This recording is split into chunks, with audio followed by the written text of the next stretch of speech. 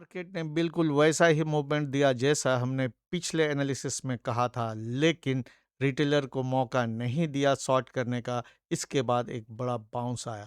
तो आज के इस वीडियो में आप डिटेल में देखेंगे इंट्राडे लाइव ट्रेडिंग साइकोलॉजी कैसे प्रभावित होता है मार्केट से और कैसे आपको हैंडल करना होगा। और आगे देखेंगे डेली चार्ट और 5 मिनट चार्ट में निफ्टी का एलियट वेव एनालिसिस। तो वीडियो को अंत तक देखना सुनिश्चित करेंगे। वीडियो पसंद आए तो लाइक और शेयर भी जरूर कर दीजिएगा। हेलो दोस्तों, वेलकम टू माय चैनल। मैं हूं आपका दोस्त द नाइस वर्ल्ड। जल्दी से मेरे इंट्राडे लाइव ट्रेड के बारे में बता देता हूं और उसके साइकोलॉजी के बारे में। यहाँ से यहाँ वेब सी जो आना था, मैं आपको कई बार बता चुका हूँ। वेब सी में आपको 5 सब वेब स्ट्रक्चर दिखेंगे। ये देखिए 1 मिनट में मैंने जब कन्वर्ट किया तो दिखा, क्योंकि वो इतना बड़ा गैप डाउन हुआ। 5 मिनट में आपको 1 2 3 4 5 नहीं दिखेंगे। देखिए 1 2 3 4 एंड 5। और ये सेम चार्ट मैंने सुनील को फॉरवर्ड भी किया था, सिर्फ सीखने के लिए, क्योंकि मैं जानता हूँ सुनील इंट्राडे ट्रेड नहीं करता है और इंडेक्स में तो नहीं करता है। इसके बाद अब मैंने क्या किया कि जैसे ये ख़त्म हो रहा है और ओपनिंग रेंज तो आपको दिख ही रहा है, मैंने यहाँ पे एंट्री लिया। लेकिन थोड़ा सा मार्केट ने मुझे ट्रिक किया। ये जो इस तरह से नीचे आया, मैंने इधर कहीं एंट्री लिया था। इसके बाद ये जो नीचे आया, आप देखिए इसी तरह से होता है। स्टॉप लॉस मेरा हंट हो गया, लेकिन मैंने फिर उसी जगह एंट्री लिया। अब इसको देखिए मैंने किस तरह से किया। 5 मिनट के चार्ट में पहले आप इसको देखिए।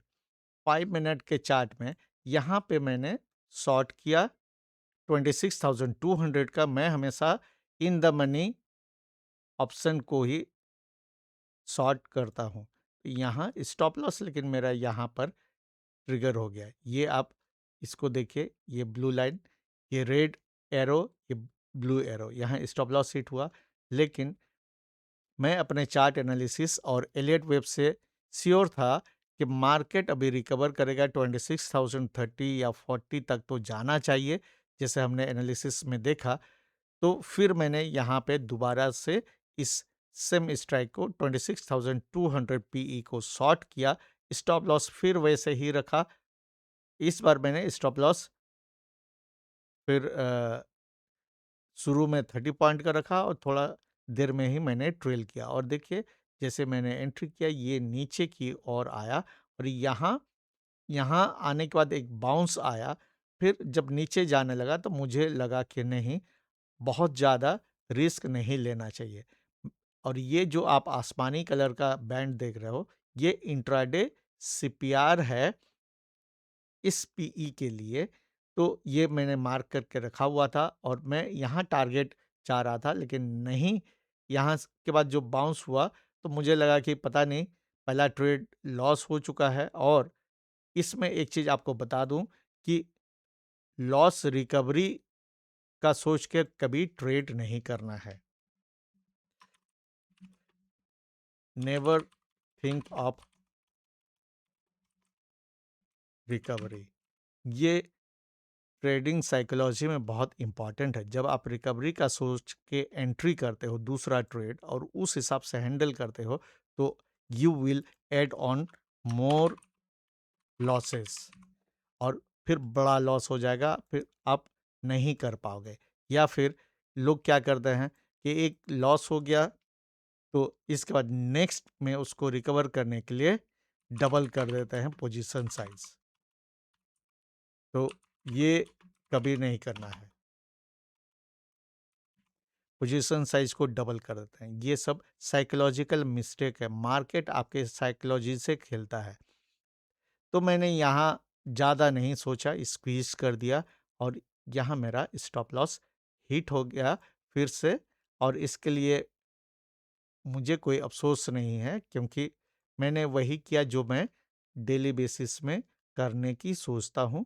और यहाँ 5 मिनट को 1 मिनट में कन्वर्ट किए तो आपको क्लियरली पता चलेगा कि यहाँ पे मेरा एंट्री हुआ था और इसके बाद इस जगह में लगभग डे हाई के आसपास में मेरा स्टॉप लॉस ट्रिगर हो गया। फिर मैंने नेक्स्ट कैंडल में ही शॉर्ट किया।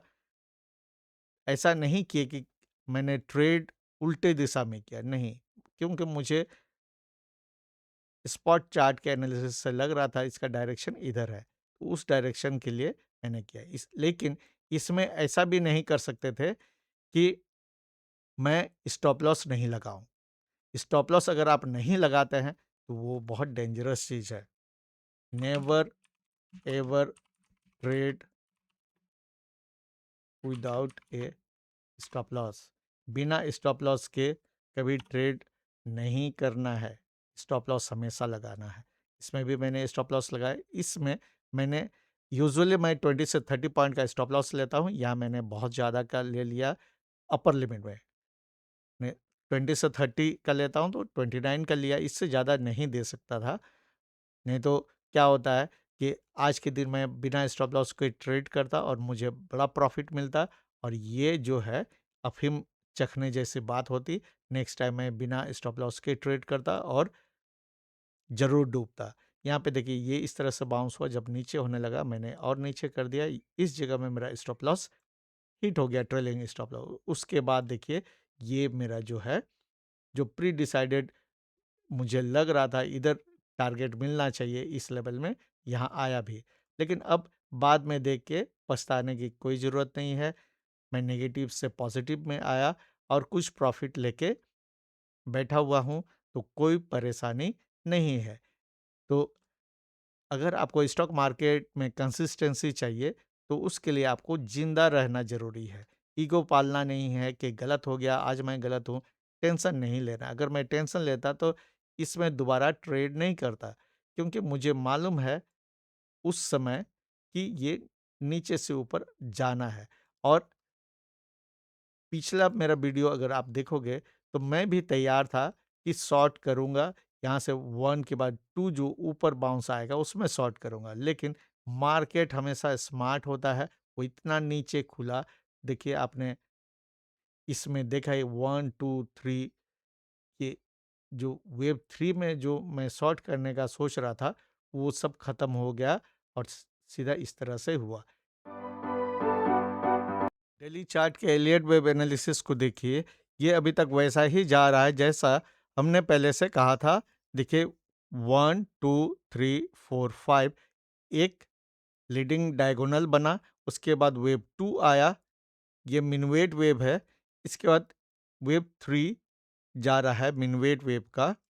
तो ये देखिए मिनवेट वेव 3 यहाँ तक, और उसमें वे फ्रैक्टल्स बन रहे हैं। सब मिनवेट वेव 1, सब मिनवेट वेव 2, 2 इज कंप्लीट। अब सब मिनवेट वेव 3 बनना है, इसके शुरुआती फेज में है।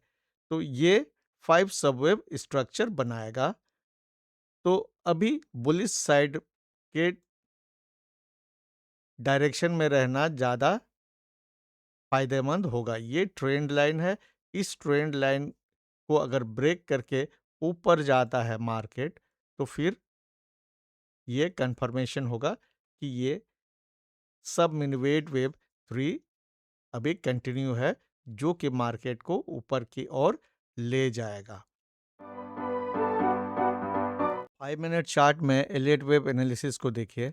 आज का लो 25,904.75 और ये 38.2% फिबोनाची रिट्रेसमेंट लेवल में एग्जैक्टली सपोर्ट मिला है यहाँ पे निफ्टी को। और इसके बाद जो अपमूव आया, इसको देखिए 1 2 3, इस 3 में देखिए 1 2 3 4 5 सबवेव है, ठीक है। इसके बाद यहाँ से करेक्शन हुआ। ये करेक्शन अभी मुझे जो लग रहा है ये भी एक फ्लैट करेक्शन है। कुछ दिन से फ्लैट करेक्शन मुझे कुछ ज़्यादा ही मिल रहा है। आप देखिए ये फ्लैट करेक्शन है।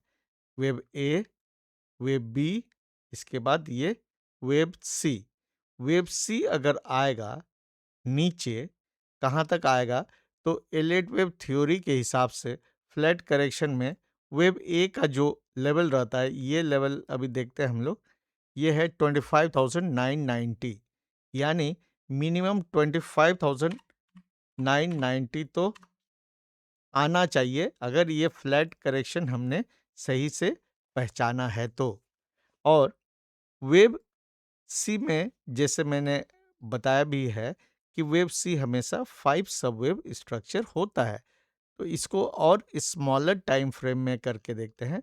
ये मैंने 1 मिनट में कर दिया तो क्या दिख रहा है, ये 1 2 3 4 5, इस तरह से इस 5 में ये 1 2 3, तो ये अभी बहुत क्लियर नहीं है, लेकिन ओवरऑल बात आप ये समझ लीजिए, अगर ये फ्लैट करेक्शन है तो यहाँ पर देखिए ए यहाँ खत्म हुआ है, बी यहाँ, जो कि इस ए के शुरुआत के पास गया, वहाँ से नीचे मूव आ रहा है, तो फ्लैट करेक्शन के हिसाब से ये 25,990 आना चाहिए। तो इस तरह से यहाँ पर वेव 4 खत्म होगा और वेव 4 खत्म होने के बाद वेव 5 ऊपर की ओर प्राइस को ले जाएगा। ये एलियट वेव थ्योरी के हिसाब से है और ये 5 सबवेव स्ट्रक्चर होता है। 5 हमेशा ये या तो इम्पल्स होगा, इम्पल्स होने से वेव 4 वेव 1 के अंदर में नहीं होगा, और डायगोनल भी हो सकता है। इन केस ऑफ डायगोनल जो है वेव 4 वेव 1 के टेरिटरी में अंदर आएगा। अगर आपको ये वीडियो अच्छा लगा हो तो वीडियो को लाइक और शेयर जरूर कीजिए, और जिन लोगों ने चैनल को अभी तक सब्सक्राइब नहीं किया है तो चैनल को सब्सक्राइब जरूर कर दीजिएगा, ताकि मिलते रहे आपको ऐसे ही एनालिसिस सही समय में। Thank you.